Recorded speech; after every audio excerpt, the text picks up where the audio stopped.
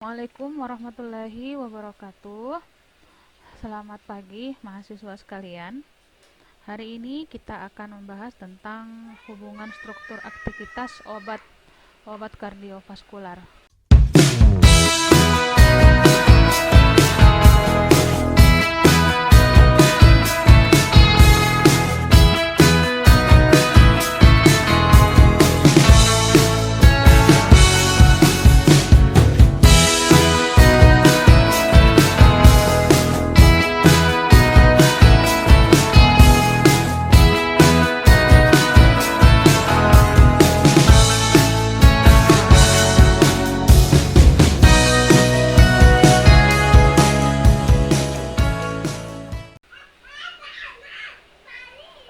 Oke, obat-obat kardiovaskular ini dibagi menjadi eh, 6 kategori ya. Yang pertama itu yang bersifat kardiotonik, yang kedua obat anti aritmia, yang ketiga obat anti hipertensi, yang keempat obat anti angina, yang kelima vasodilator, dan yang keenam adalah obat anti lipemik. Adapun obat kardiovaskular itu sendiri adalah senyawa yang kemudian digunakan untuk mencegah atau mengobati penyakit kardiovaskular ya, atau penyakit pembuluh jantung. Seperti kita ketahui bahwa penyakit kardiovaskular ini merupakan penyakit yang menempati urutan pertama kematian di banyak negara ya. Berdasarkan efek farmakologinya, obat kardiovaskular tadi ini ya dibagi menjadi 6 kategori tadi. Nah, kita masuk ke yang pertama dulu. Yang pertama adalah kardiotonik. Kardiotonik ini merupakan obat yang dapat meningkatkan kekuatan kontraksi jantung dan menunjukkan efek penting pada eksitabilitas dan automatisitas serta kecepatan konduksi jantung ya. Jadi dia akan berpengaruh pada eh, proses excitability ya, otomatisasi dan kecepatan konduksi jantung. Dan ini yang akan berpengaruh terhadap kenormalan dari kontraksi jantung itu sendiri. Nah, kardiotonik ini terutama digunakan untuk pengobatan pada lemah jantung kongesti ya, kemudian pada kasus fibrilasi dan denyut atrial serta pengobatan takikardi atrial paroksimal. Nah, pada pengobatan aritmia ya, atau kegagalan ventrikular akut ya, obat-obat yang biasa digunakan dalam hal pengobatan ini adalah wabain dan deslanatosid C ya, yang mempunyai onset yang cepat dan dapat diberikan secara intravena ya. Tetapi pada kondisi atau keadaan yang kurang akut atau kronik, maka pemberian daun digitalis atau digitoksin itu diberikan secara oral ya, karena mempunyai durasi yang panjang. Nah, eh, glikosida jantung ini ya, pada penggunaan jangka panjang itu akan menimbulkan intoksikasi digitalis dengan gejala awal, yaitu penurunan nafsu makan ya, kemudian salivasi, mual, muntah, dan diare. Dan efek samping yang umum ditimbulkan oleh obat-obat digitalis ini atau di glikosida jantung ini adalah timbulnya kondisi hipokalemia, yaitu kadar kalium dalam darah itu kemudian menurun.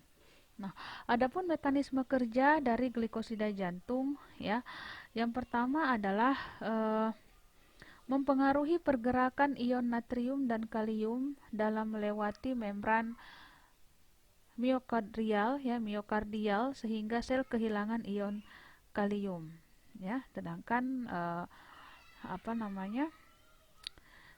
yang kedua adalah bekerja secara langsung pada protein kontraktil, yaitu pada aktin dan miosin pada miokardial ya, sehingga mengakibatkan kontraksi ya, atau kontraksi konduksi pada jantung itu bisa kemudian bekerja dengan normal ya.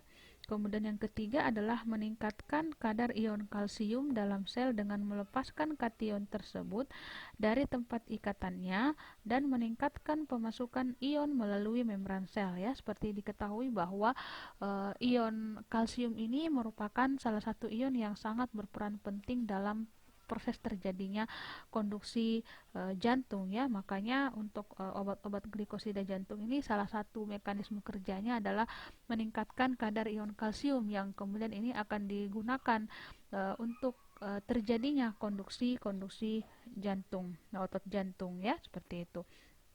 Nah, glikosida kardiotonik ini ya itu dapat menghambat natrium kalium ATPase yang merupakan suatu enzim yang kemudian bertanggung jawab ya untuk memelihara ketidakseimbangan distribusi ion natrium dan kalium dalam melewati membran sel ya. Nah, di mana kita ketahui bahwa kadar ion natrium itu lebih besar di luar sel ya, sedangkan kadar ion kalium itu lebih besar di dalam sel. Jadi yang lebih besar di luar sel itu adalah natrium, yang lebih besar di dalam sel itu adalah kalium. Nah, kalau kita mengingat kembali dalam pelajaran fisiologis jantung, ya di situ ada bagaimana proses konduksi jantung itu terjadi ya, yang melibatkan ion-ion natrium, kalium, dan kalsium. Nah, di sini terjadi perubahan depolarisasi permeabilitas membran sel pada otot jantung atau miokardial ya, yang diikuti dengan pergerakan secara cepat ion natrium ke dalam sel melalui difusi pasif dan pergerakan ion kalium keluar sel. Ya, jadi ketika terjadi depolarisasi itu, maka ion-ion natrium ya itu akan bergerak masuk secara pasif ke dalam miokard dan sebaliknya kalium itu akan keluar. Nah, pergerakan ini kemudian bersifat terpulihkan, ya akan dipulihkan dan disebut sebagai proses pompa natrium yang kemudian proses ini itu dikatalisis oleh enzim yang disebut dengan natrium kalium ATPase ya, yang dimana seluruh proses ini kemudian tentunya membutuhkan energi yang kemudian diperoleh ya dari hasil hidrolisis adenin trifosfat menjadi adenin difosfat. Nah, penghambatan enzim natrium kalium ATPase inilah yang kemudian menyebabkan efek inotropi positif ya, sehingga kadar aktivator ion kalsium itu meningkat. Nah, seperti itulah mekanisme kerja dari glikosida jantung itu ya, bagaimana kemudian dia bisa kemudian meningkatkan kadar ion kalsium yang sehingga dia itu konsentrasinya banyak di dalam sel-sel jantung yang kemudian nanti akan berperan dalam proses konduksi jantung. Nah, efek toksik glikosida jantung ini disebabkan oleh pemasukan ion kalsium yang berlebihan ya, atau kehilangan ion kalium yang berlebihan ataukah kedua-duanya. Nah, jika kita mengingat pelajaran fitokimia kita atau farmakognosi kita bahwa sumber-sumber glikosida jantung ini berasal dari tanaman Digitalis purpurea ya, Digitalis lanata, kemudian Strophanthus gratus dan Strophanthus combe.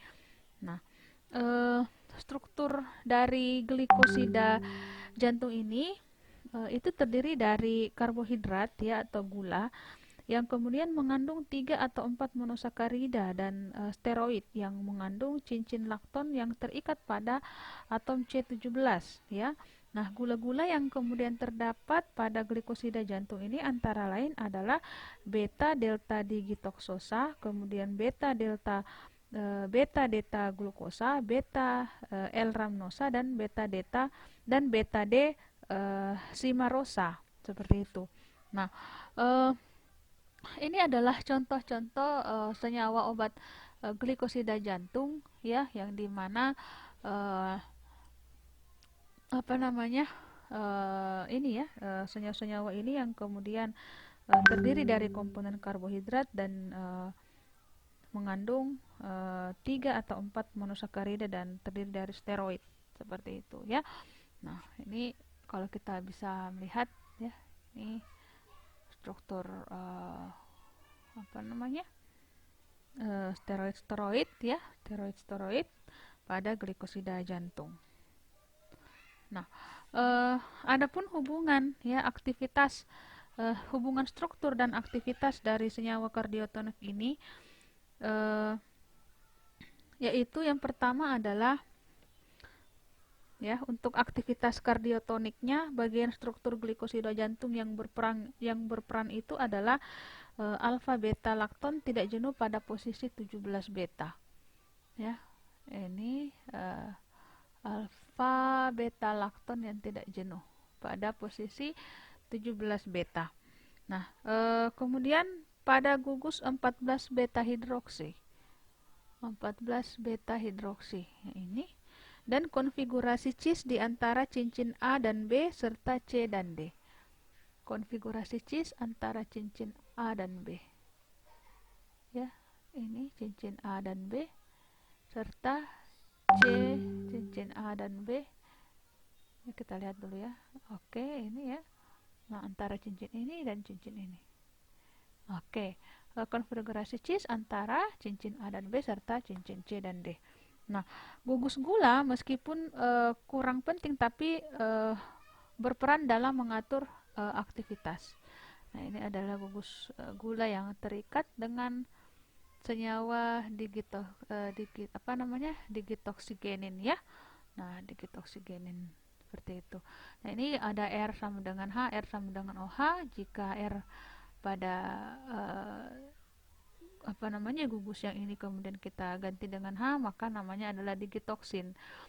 Tapi kalau diganti dengan OH, maka namanya itu adalah digoksin. Digoksin seperti itu. Ya, di sini adalah posisi ini 14 beta secara stereoisomer itu dia berada di bawah. Ya, ini di bawah. Oke. Nah,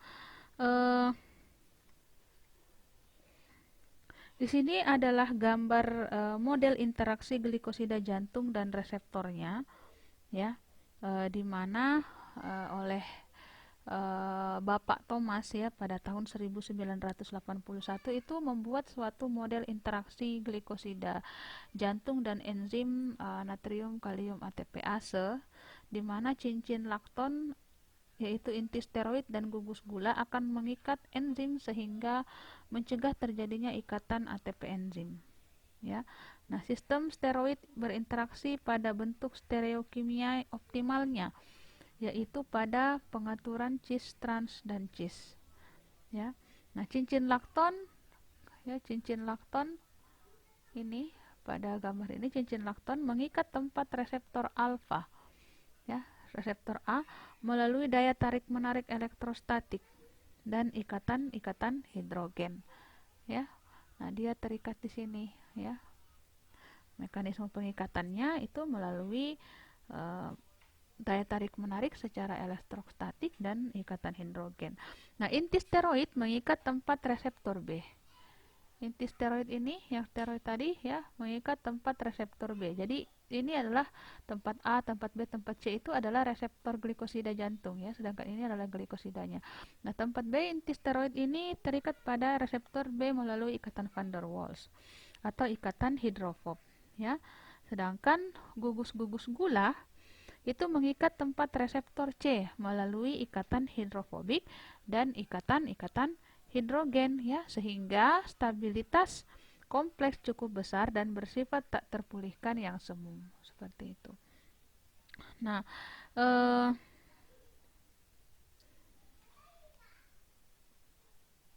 oke, untuk yang ini interaksi glikosida jantung dan reseptor semoga bisa dipahami ya. Jadi dari ketiga struktur inti dari glikosida jantung ini yaitu cincin lakton, bagian inti steroid dan bagian gulanya itu terikat pada tempat-tempat yang berbeda pada reseptor glikosida jantung. Seperti itu ya. Nah, obat kardiotonik itu ya saya tambahkan obat kardiotonik itu dibagi menjadi 3 kelompok ya, yaitu turunan kardenolida, kemudian ada perangsang beta adrenoseptor dan penghambat enzim fosfodiesterase ya. Yang pertama adalah turunan kardenolida atau butenolida Nah, contohnya di sini adalah digitoksin ya, digitoksin yang didapat dari Digitalis lanata dan Digitalis purpurea. Nah, digitalis ini digunakan untuk pengobatan pada lemah jantung kongesti dan takiaritmia supraventrikular ya. Sedangkan untuk digoksin itu didapat dari Digitalis lanata yang digunakan untuk pengobatan eh, lemah jantung kongesti juga ya. Kemudian juga digunakan kombinasi dengan diuretik dan pengobatan takiaritmia supraventrikular. Kemudian obat berikutnya adalah lanatosid. Nah, lanatosid C ini merupakan glikosida digoksigenin yang didapatkan dari daun Digitalis lanata. Kemudian ouabain ya, ouabain ini adalah glikosida yang didapat dari biji Strophanthus gratus dan kayu Acocanthera simperi ya, dan penggunaannya itu hampir sama dengan lanatosid C. Seperti itu ya.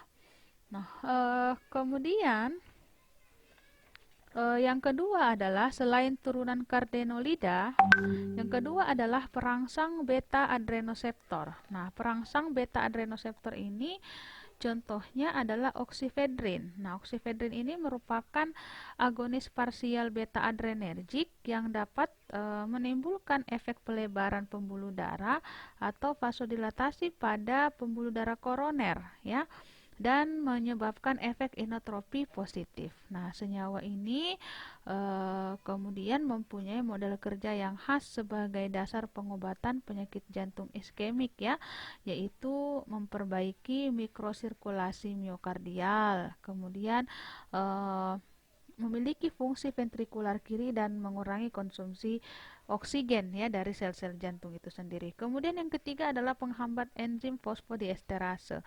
Nah, penghambat enzim fosfodiesterase ini contohnya adalah amrinon laktat.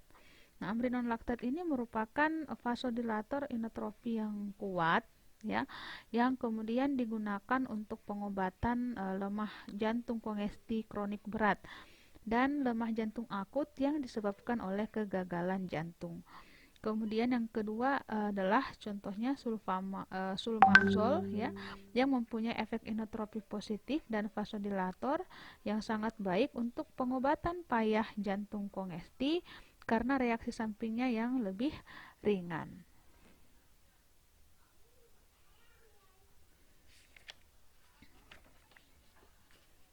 Oke, berikutnya adalah obat antiaritmia ya.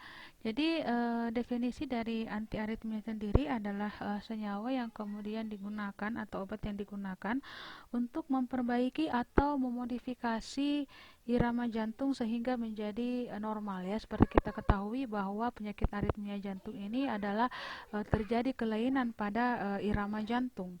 Nah, aritmia jantung ini disebabkan oleh kelainan pembentukan rangsangan elektrik ya, dan gangguan konduksi rangsangan melalui miokardium ya. Jadi irama jantung itu kan terbentuk akibat adanya pembentukan rangsangan elektrik yang teratur ya. Tapi kalau misalnya pembentukan rangsangan ini kemudian terganggu, maka akan menghasilkan irama jantung yang juga akan tidak teratur atau tidak normal seperti biasa ya. Nah, mekanisme kerja dari obat-obat anti aritmia ini adalah memodifikasi secara langsung ataupun tidak langsung dari makromolekul yang mengontrol aliran ion transmembran pada miokardial tersebut ya. Ya. Nah, kemudian berdasarkan kegunaannya, obat anti aritmia itu dibagi menjadi dua kelompok, yaitu senyawa yang digunakan untuk pengobatan takiaritmia, yaitu contohnya glikosida digitalis, kemudian disopiramid, prokainamid, quinidin, lidocain, verapamil, beta blocker, ya, kemudian bretilium, dan juga menggunakan penghambat kolinesterase dan vasokonstriktor. Kemudian yang kedua adalah senyawa yang digunakan untuk pengobatan bradiaritmia seperti atropin dan isoproterenol ya. Jadi ada yang aritmianya lambat itu bradiaritmia, dan tachyarrhythmia itu yang cepat, ya, seperti itu.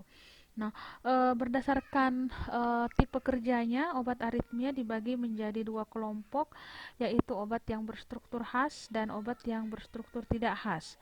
Nah, adapun obat yang berstruktur khas ini adalah obat yang bekerja dengan membentuk kompleks dengan reseptor. Contohnya adalah obat-obat beta blocker, ya. Sedangkan obat yang berstruktur tidak khas ini adalah obat yang bekerja dengan cara berkumpul pada daerah tertentu pada membran sel miokardial, menyebabkan peningkatan tekanan permukaan dalam membran dan menghambat fungsi biologis komponen membran normal seperti quinidin dan prokainamid. Ya, adapun contoh dari obat-obat aritmia kita bisa lihat pada tabel ini, ya, ada prokainamid, lidocaine, disopiramid, quinidin, dan plasmalium. Nah, bagaimana dengan hubungan struktur aktivitasnya pada obat-obat aritmia ini, ya? Nah, jadi obat yang berstruktur tidak khas yang tadi, ya, itu memiliki struktur umum yang seperti pada gambar ini, ya, yang tidak khas tadi. Nah, di mana struktur umum ini itu mirip dengan struktur obat anestesi setempat atau beta blocker, ya, di mana AR ini adalah cincin aromatik yang bersifat lipofil dan dapat berinteraksi dengan rantai alkil fosfolipid membran melalui ikatan hidrofob dan ikatan van der Waals, ya. Sedangkan rantai samping, ya, rantai alkil mengandung substituen, ya, yang bersifat polar yang dapat membentuk ikatan hidrogen dengan bagian polar fosfolipid membran, ya. Nah, sedangkan gugus aminokationik yang terionisasi pada pH tubuh ini dapat berinteraksi dengan, ya, kationiknya, ya, ini ya, N aminokationik dapat berinteraksi dengan gugus anion fosfolipid atau polipeptida membran. Nah, interaksi obat yang berstruktur tidak khas ini dengan bagian tertentu membran miokardial akan menyebabkan, ya, berkumpulnya obat secara selektif pada membran sehingga menyebabkan penekanan dan hambatan yang tidak khas pada beberapa fungsi membran, seperti itu, ya. Nah,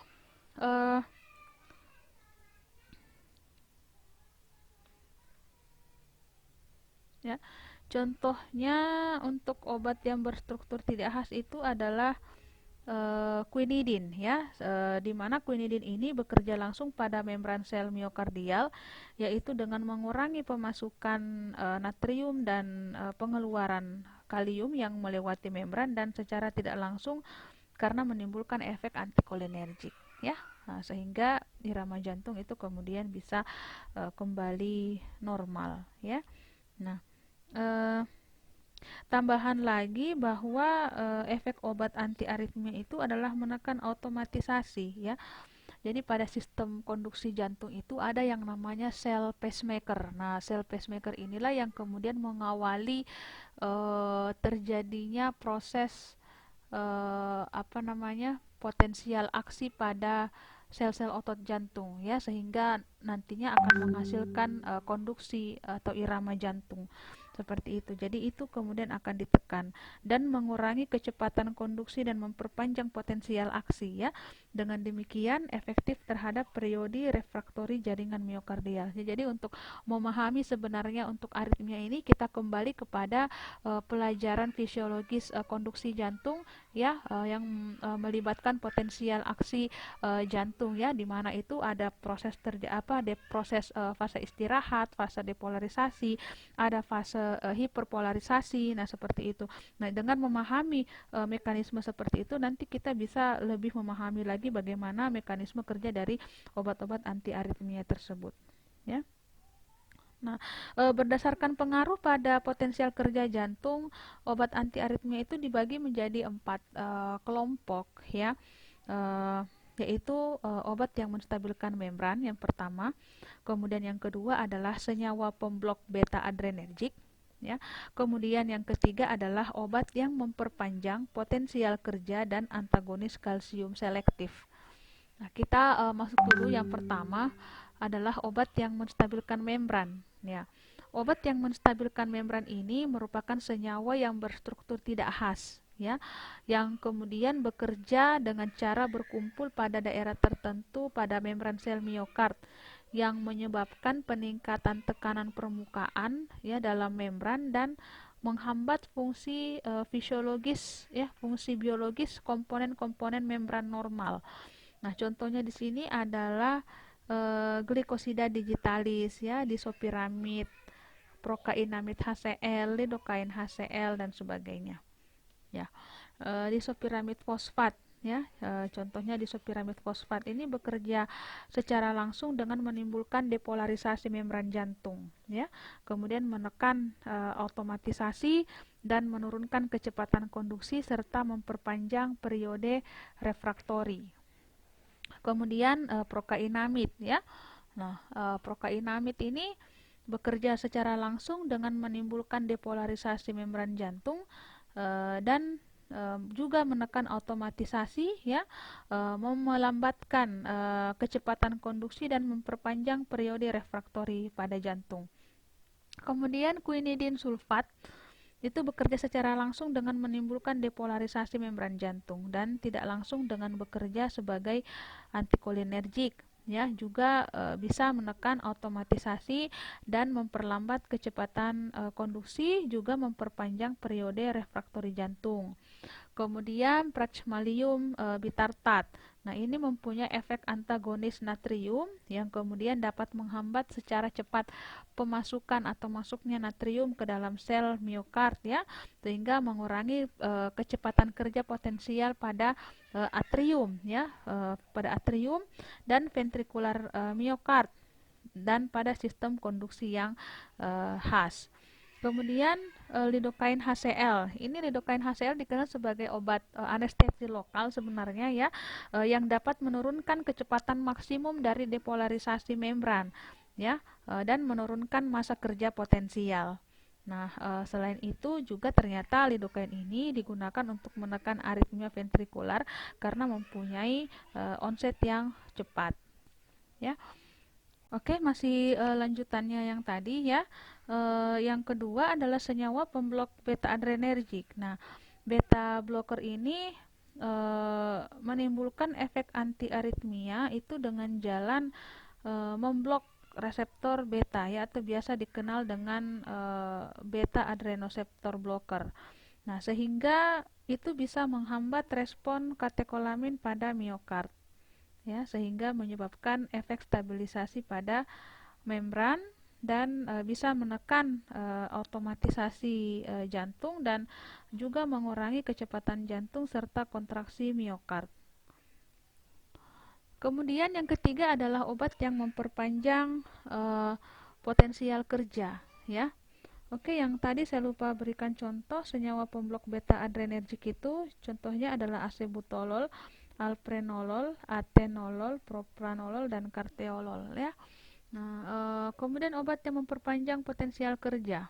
Nah, golongan-golongan obat ini bisa menimbulkan efek anti-aritmia itu dengan cara yang pertama adalah menekan sinus atrial dan fungsi atrioventrikular nodus, ya, dengan meningkatkan waktu konduksi sinoatrial dan waktu recovery sinus nodal. Nah, kemudian yang kedua adalah meningkatkan periodik refraktori atrial dan yang ketiga adalah memperlambat konduksi atrioventrikular nodal. Nah, contoh obatnya adalah amiodaron, ya, di mana amiodaron ini mempunyai efek antiadrenergik, ya, bisa juga digunakan untuk pengobatan antiangina dan antiaritmia yang digunakan secara oral untuk pengobatan aritmia ventrikular dan supraventrikular refraktori, juga untuk profilaksis angina pectoris. Kemudian beretium tosilat ini adalah senyawa pemblok saraf adrenergik, ya, yang mula-mula itu digunakan pada awalnya digunakan sebagai antihipertensi, tetapi sekarang itu lebih banyak digunakan untuk antiaritmia karena mempunyai mekanisme dapat memperpanjang periode refraktori efektif, sehingga memperpanjang potensial kerja dari otot jantung itu sendiri. Nah, kemudian yang berikutnya adalah yang terakhir adalah antagonis kalsium selektif. Nah, golongan-golongan ini sebenarnya menimbulkan efek antiaritmia itu dengan cara memblok pengangkutan aliran ion kalsium, ya. Sudah jelas dari namanya, ya, aliran ion kalsium melalui membran sel miokard, sehingga kadar kalsium dalam sel otot polos jantung itu menjadi berkurang, ya. Nah, sehingga bisa menimbulkan efek langsung dengan memperlambat transmisi rangsangan, ya, melalui atrioventrikular nodal dan menekan sinus nodal. Dan pada umumnya antagonis kalsium selektif ini digunakan sebagai obat anti angina juga, ya. Contohnya itu adalah diltiazem, ya, kemudian verapamil atau nicardipin, ya, atau velodipin atau nimodipin. Berikutnya adalah obat antihipertensi, ya. Jadi obat antihipertensi ini adalah senyawa atau obat yang digunakan untuk pengobatan hipertensi, yaitu suatu kondisi, ya, di mana tekanan sistol itu lebih besar daripada 160 mm Hg dan tekanan diastol lebih besar dari 95 mm Hg. Nah, untuk hipertensi itu sendiri pada umumnya diklasifikasikan menjadi hipertensi esensial dan hipertensi sekunder, ya, di mana hipertensi esensial ini merupakan hipertensi yang diderita kurang lebih, ya, hanya 10% dari populasi di dunia. Hipertensi esensial ini, ya, kemudian kurang lebih 60% ini bisa berkembang menjadi penyakit jantung koroner, ya, kemudian payah jantung kongestif, stroke, dan kelemahan pada ginjal, ya. Diduga penyebab dari hipertensi esensial ini adalah adanya gangguan pada etiologi saraf, kemudian hormon, elektrolit, dinding pembuluh darah, dan juga karena adanya faktor genetika. Sedangkan hipertensi sekunder itu berdasarkan kelompoknya dibagi menjadi hipertensi renal, hipertensi neurogenik, hipertensi endokrin, dan hipertensi kardiovaskular, ya. Di mana hipertensi renal ini penyebab umumnya adalah hipertensi sekunder, ya, yang melibatkan enzim renin, ya, yang merupakan enzim proteolitik ginjal yang dikeluarkan sesudah dikeluarkan dari tempat penyimpanannya itu bekerja pada globulin darah, yaitu angiotensinogen, yang kemudian menghasilkan angiotensin 1 yang mempunyai efek presor, ya, dan oleh angiotensin converting enzyme itu diubah menjadi angiotensin 2 yang memiliki efek vasopresor. Nah, angiotensin 2 inilah yang kemudian menyebabkan terjadinya kontriksi atau vasokonstriksi arteriola, dan pada akhirnya akan menyebabkan kenaikan tekanan darah. Kemudian berikutnya adalah hipertensi neurogenik, ya, yang disebabkan oleh kerusakan pusat vasomotor sehingga terjadi peningkatan tekanan cairan cerebrospinal, yaitu cairan yang ada pada otak. Kemudian hipertensi endokrin, ya, disebabkan oleh kerusakan kelenjar endokrin, dan hipertensi kardiovaskular yang disebabkan karena penyempitan aorta pembuluh darah, dan pengobatannya itu hanya bisa melalui pembedahan. Nah, adapun mekanisme kerja dari obat antihipertensi, ya, secara garis besar itu dibagi sebenarnya menjadi 5 kelompok, ya, dibagi menjadi 5 kelompok. Yang pertama itu adalah senyawa penekan simpatetik atau saraf simpatis, ya, yang dimana sebenarnya terbagi lagi menjadi 6 kelompok di sini, ya, yaitu senyawa dengan efek sentral seperti klonidin HCl, guanfacin HCl, dan 1-alfa-metil dopa. Kemudian yang kedua adalah senyawa dengan efek sentral dan perifer, yaitu serbuk Rowolfia serpentina, reserpin, dan reskinamin. Kemudian senyawa pemblok transmisi saraf efektor, ya, contohnya adalah guanetidin monosulfat, ya, senyawa pemblok beta adrenergik contohnya atenolol, ya, pindolol, nadolol dan sebagainya. Kemudian senyawa pemblok alfa adrenergik contohnya prazosine, terasosin dan sebagainya. Dan juga senyawa penghambat monoamin oksidase contohnya adalah pargilin HCl. Kemudian yang kedua adalah vasodilator yang berefek langsung atau disebut juga vasodilator langsung. Ya, vasodilator untuk arteri contohnya adalah hidralasin, ya. Kemudian vasodilator untuk vena dan arteriola contohnya adalah natrium nitroprusid. Kemudian yang ketiga adalah antagonis angiotensin atau ACI, ya, angiotensin converting enzyme inhibitor. Contohnya adalah captopril, lisinopril, delapril, ramipril, ya, dan sebagainya. Kemudian antagonis kalsium selektif, contohnya adalah nikardipin, nimodipin, amlodipin, dirtiazem dan sebagainya. Dan terakhir adalah diuretika, contohnya adalah hidroklortiazida, ya. Contohnya lagi adalah klortalidon, ya, indapamid dan sebagainya. Nah, sedangkan berdasarkan mekanisme kerjanya, obat hipertensi dibagi menjadi 3 kelompok besar, ya. Eh, yang pertama adalah yang mekanisme kerjanya pada syaraf, dan yang kedua adalah yang bekerja pada vaskular atau pembuluh darah, dan yang ketiga adalah pada humoral. Nah, yang pertama itu adalah antihipertensi yang mekanisme kerjanya pada syaraf. Nah, antihipertensi yang mekanisme kerjanya pada syaraf ini dibagi lagi menjadi 4 kelompok, yaitu senyawa dengan efek sentral, ya, kemudian senyawa dengan efek sentral dan perifer, kemudian senyawa yang memblok transmisi saraf efektor, dan juga senyawa penghambat monoamin oksidase. Yang pertama adalah senyawa dengan efek sentral.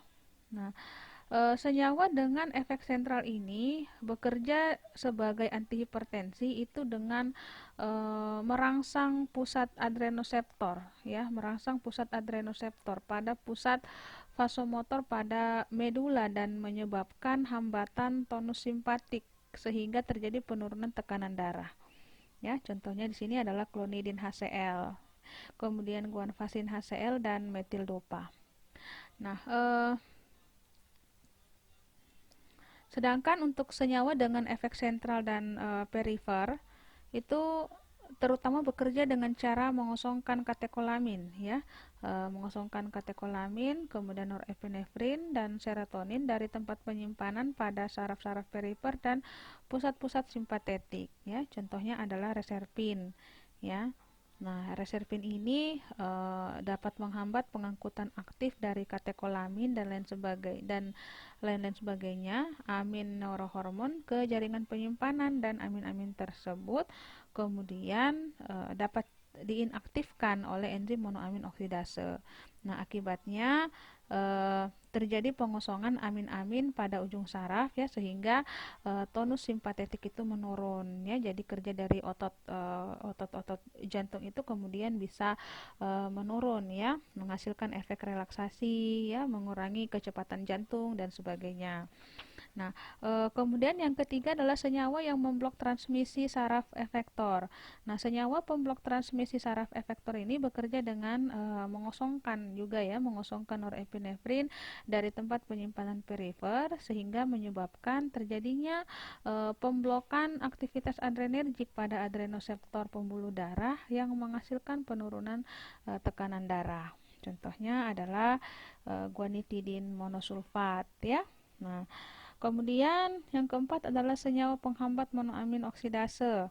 Nah, senyawa penghambat MOA ini, ya, efektif untuk menurunkan tekanan darah sistolik dan diastolik tanpa menimbulkan efek depresi, ya. Sedangkan kita ketahui bahwa obat senyawa MOA ini kan digunakan untuk antidepresan juga, ya.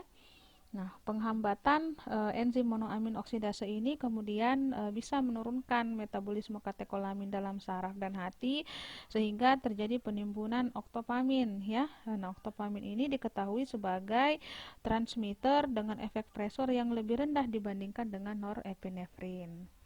Nah, kemudian Pengelompokan yang kedua itu adalah berdasarkan mekanisme kerjanya adalah antihipertensi yang mekanisme kerjanya pada vaskular. Nah, eh, pada penggolongan ini juga dibagi menjadi 5 kelompok ya. Yang pertama adalah pemblok beta adrenergik ya, di mana senyawa pemblok beta adrenergik, kemudian pemblok alfa adrenergik ya, kemudian vasodilator arteri, kemudian vasodilator vena dan arteriola serta antagonis kalsium selektif ya. Nah, yang pertama itu adalah senyawa pemblok beta adrenergik. Nah, senyawa pemblok beta adrenergik ini eh, disebabkan ya, mekanisme kerjanya itu disebabkan oleh antagonis kompetitif dengan katekolamin pada beta adrenoseptor yang khas ya, di mana terjadi pemblokan efek rangsangan beta reseptor sehingga mengurangi daya tahan vaskular perifer dan menyebabkan penurunan tekanan darah. Sedangkan yang kedua adalah senyawa pemblok alfa adrenergik, itu disebabkan oleh antagonis kompetitif dengan katekolamin ya pada alfa adrenoseptor yang khas sehingga terjadi pemblokan efek rangsangan alfa reseptor dan penurunan daya tahan yang kemudian bisa menghasilkan efek vasodilatasi ya, dan vasodilatasi pada vaskular perifer, pembuluh darah pada bagian perifer atau tepi sehingga terjadi penurunan tekanan darah. Ya, contohnya di sini adalah doxazosine dan sebagainya. Kemudian yang ketiga adalah vasodilator arteri ya. Nah, vasodilator arteri ini ya, mekanisme kerjanya adalah secara langsung kemudian menyebabkan relaksasi otot polos pada arteriola ya, sehingga terjadi vasodilatasi pembuluh arteri perifer yang menyebabkan tekanan darah itu bisa menjadi turun ya. Contohnya adalah hidralasin dan minoxidil. Kemudian ada vasodilator vena dan arteriola ya, yang secara langsung juga menyebabkan relaksasi otot polos vena dan arteriola sehingga terjadi vasodilatasi pembuluh darah vena dan arteri perifer yang bisa menyebabkan penurunan tekanan darah. Contohnya adalah natrium nitroprusit. Dan yang terakhir adalah antagonis kalsium selektif. Nah, antagonis kalsium selektif ini bekerja dengan cara menurunkan tonus otot polos arteriola sehingga terjadi vasodilatasi ya, vasodilatasi pembuluh arteri perifer yang menyebabkan penurunan pada tekanan darah. Contohnya adalah nimodipin ya, verapamil, amlodipin dan sebagainya. Kemudian yang ketiga adalah antihipertensi yang mekanisme kerjanya itu pada humoral ya. Nah, mekanisme ini itu berhubungan dengan kerja obat sebagai antagonis angiotensin ya, berhubungan dengan antagonis angiotensin. Nah, di mana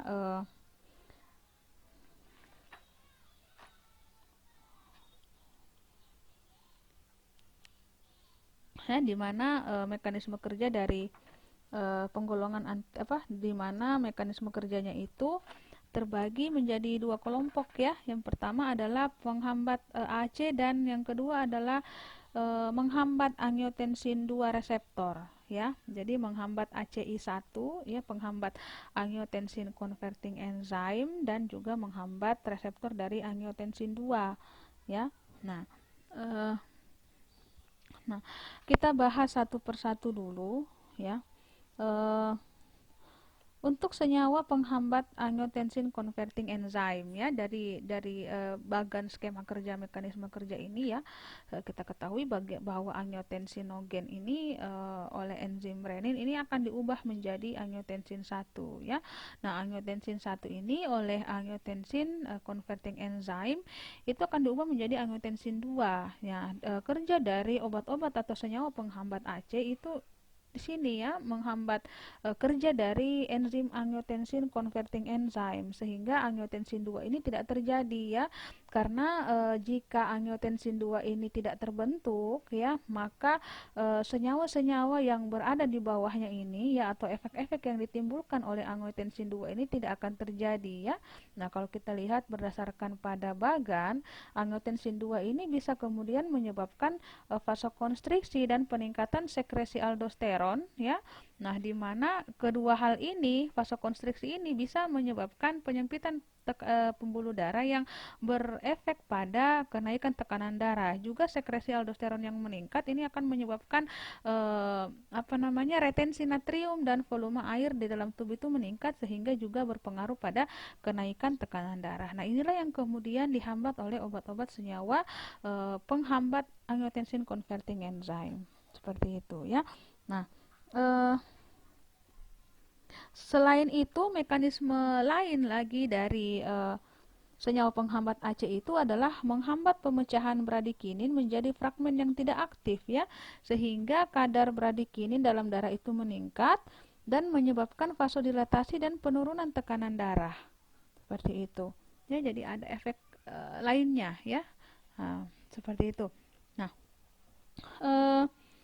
kemudian untuk hubungan struktur aktivitas ya, hubungan struktur aktivitas dari obat-obat senyawa penghambat angiotensin converting enzyme ini, di mana model tempat aktif pada pada senyawa ACE inhibitor ini ditunjukkan oleh adanya ion Zn2+ ya, yang dapat membentuk kompleks dengan ligan ya, dengan gugus sulfhidril SH dari kaptopril. Nah, gugus karboksi dari enalapril, lisinopril dan perindopril, ramipril, delapril, quinapril ya, benazepril, imidapril dan silazaptril, serta gugus fosforus dari fosinopril. Nah, kita bisa lihat di sini. Ya, di sini ada gugus Zn2+ ya. Nah, membentuk kompleks dengan ligan dengan gugus sulfhidril ya pada kaptopril. Nah, gugus yang dapat membentuk ikatan hidrogen dengan gugus karbonil.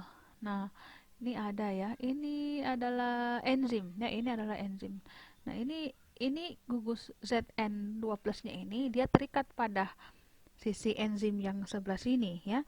Nah, kemudian gugus ikatan hidrogen yang kemudian berikatan dengan gugus karbonil dan gugus yang bermuatan positif yang terikat melalui ikatan ion dengan gugus karboksilat yang bermuatan negatif ya. Nah, ini. Nah, ini kaptopril, lisinopril ya. Kalau kita tarik dulu yang kaptopril itu ada ion Zn-nya pada gugus sulfhidril juga ya. Nah, ini dari enzim ACE ya, itu dia punya Zn2+H dan ion positif ya. Nah, pada sampel obat kita kaptopril ini kan mempunyai gugus sulfhidril.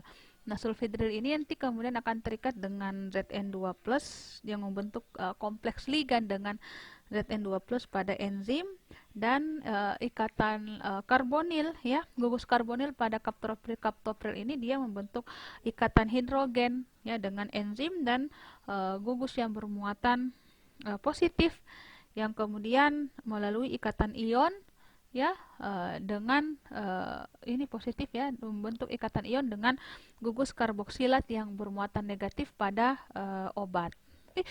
Masya Allah. Nah,